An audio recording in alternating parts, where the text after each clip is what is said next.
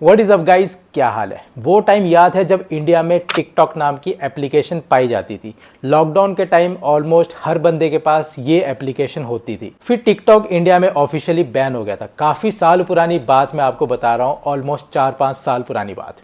Dam. फिर इसके बाद काफ़ी सारे मेड इन इंडिया ऐप्स जैसे टिकटॉक, मोज, टकाटक, कुरकुरे, इन जैसे प्लेटफॉर्म्स ने टिकटॉक की जगह ले ली। लेकिन वो इतने फेमस नहीं हो पाए जितना फेमस टिकटॉक हुआ था। तो ये इंडिया में चले क्यों नहीं? जब टिकटॉक चल रहा था तो ये एप्लीकेशंस को भी चलना चाहिए था। ऐसा क्या रीज़न है कि ये शॉर्ट वीडियोस वाली एप्लीकेशंस इंडिया में इतनी कुछ खास काम नहीं कर पाई? ये एप्स फेल होगी मार्केट में, आज आपको नजर भी नहीं आती। तो आज इसी टॉपिक पर बात करते हैं। तो हेलो जी, मेरा नाम है तुषार और आप देख रहे हैं एक और नई वीडियो।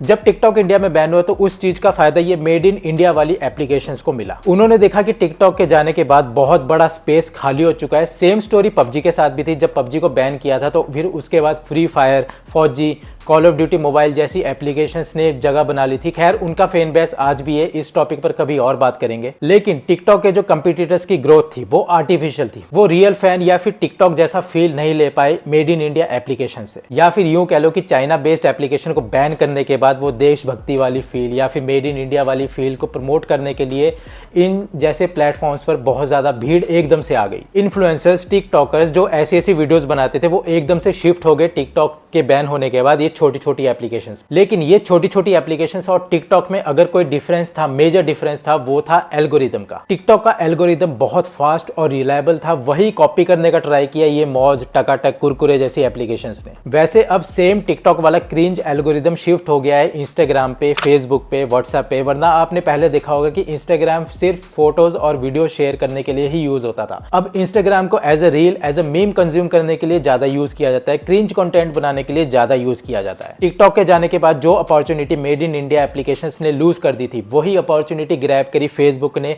जिस वजह से उन्होंने अनाउंस किया मेटा का रील्स, जो इंस्टाग्राम और फेसबुक पे कंसाइडली चलता है, जिसके थ्रू आप क्रॉस प्लेटफॉर्म्स पे पोस्ट डाल सकते हो। जैसे सेम पोस्ट आपकी इंस्टा पे भी जाएगी, वही पोस्ट आपकी फेसबुक पे भी जाएगी, वही पोस्ट आपकी व्हाट्सएप पे भी जाएगी। और Facebook, Meta, Instagram, Snapchat, Threads, इन जैसे प्लेटफॉर्म्स का एल्गोरिदम बहुत ज्यादा स्ट्रॉन्ग है एज कम्पेयर टू जो ये मेड इन इंडिया वाली एप्लीकेशन है, मौज, टिकटॉक, टकाटक। और फीचर्स भी यार देखो, आपको ऑलमोस्ट सेम ही मिलेंगे हर प्लेटफॉर्म के। जो फीचर आपको इंस्टा पे मिलेगा, जो फिल्टर्स आपको इंस्टा पे मिलेंगे, ऑलमोस्ट सेम फिल्टर्स आपको स्नैपचैट पे भी मिल जाएंगे, वही फिल्टर्स आपको दूसरे प्लेटफॉर्म्स पे भी मिल जाएंगे। बस डिफरेंस है तो यूजर बेस का और एल्गोरिदम का। अभी सबसे पहले अगर कोई चीज ट्रेंडिंग पर आती है तो वो सबसे पहले इंस्टा पे आती है, फिर उसके बाद वो ट्रेंड शुरू होता है स्नैपचैट पे, फेसबुक पे, फिर थ्रेड्स पे, वगैरह वगैरह पे। और वहीं पे दूसरी तरफ ये जो छोटी छोटी कंपनीज थी, इन्होंने हाइप के चक्कर में यूआई तो डिजाइन कर लिया, लेकिन वो वैसा एल्गोरिदम नहीं बना पाए जैसा एल्गोरिदम टिकटॉक ने बनाया था। इसी चीज को देखकर जो कंटेंट क्रिएटर थे, जो इन्फ्लुएंसर्स थे, जो टिकटॉकर्स थे, वो धीरे धीरे ग्रेजुअली इंस्टाग्राम पे शिफ्ट हो गए। फिर उसी को देख के उनकी जो ऑडियंस थी वो भी धीरे धीरे ग्रेजुअली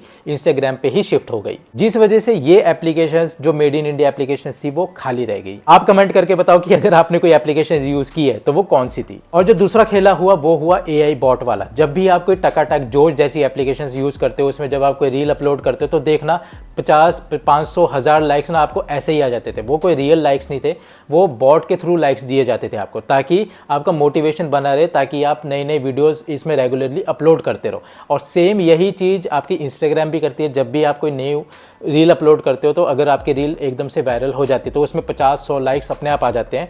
ये देखना, वो इतने कुछ खास नहीं होते, ना उसमें आपको कोई कमेंट मिलेगा, ना उसमें आपको कोई एंगेजमेंट मिलेगी, वो बस लाइक्स होंगे ताकि आपको मोटिवेशन मिले। और इन दी एंड इसका जो फायदा होता है वो इन एप्लीकेशंस को ही मिलता है, इन प्लेटफॉर्म्स को भी मिलता है, जिसके थ्रू आप और ज़्यादा से ज़्यादा इनमें टाइम इंडल्ज करते हो। ऐसा कोई भी सोशल मीडिया प्लेटफॉर्म अब बचा नहीं है जिसमें आप शॉर्ट वीडियोज़ अपलोड ना कर पाओ। ऑलमोस्ट हर जगह आप शॉर्ट वीडियोस अपलोड कर सकते हो। Instagram reels, Facebook reels, Snapchat, YouTube, threads, Twitter, ये सारे अब शॉर्ट वीडियोस प्लेटफॉर्म बन गए हैं, क्योंकि टिकटॉक की वजह से ऑडियंस का अटेंशन स्पैम बहुत कम हो गया है। वो कम से कम टाइम में ज़्यादा से ज़्यादा इन्फॉर्मेशन लेना चाहते हैं, या फिर कम से कम टाइम में ज़्यादा से ज़्यादा एंटरटेनमेंट लेना चाहते हैं।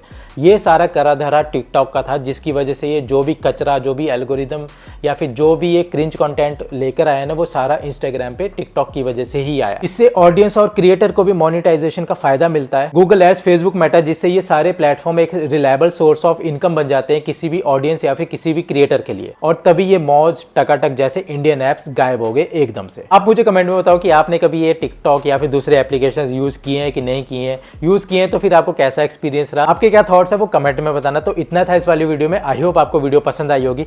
थोड़ी पुराना टाइम याद आ गया ये टिकटॉक वगैरह को याद करके, जब मैं इन्फॉर्मेशन ले रहा था, जब मैं थोड़ा सा रिसर्च कर रहा था, तो भाई मुझे भी लॉकडाउन का टाइम याद आ गया था जब मैं उसमें रील्स बनाता था। तो इतना था इस वाली वीडियो में। आई होप आपको वीडियो पसंद आएगी। वीडियो पसंद आए तो लाइक करना, चैनल पर नए हो तो सब्सक्राइब करना, और आपसे मिलते हैं नेक्स्ट वाली वीडियो में। तब तक के लिए बाय बाय, टेक केयर, जय हिंद, वंदे मातरम।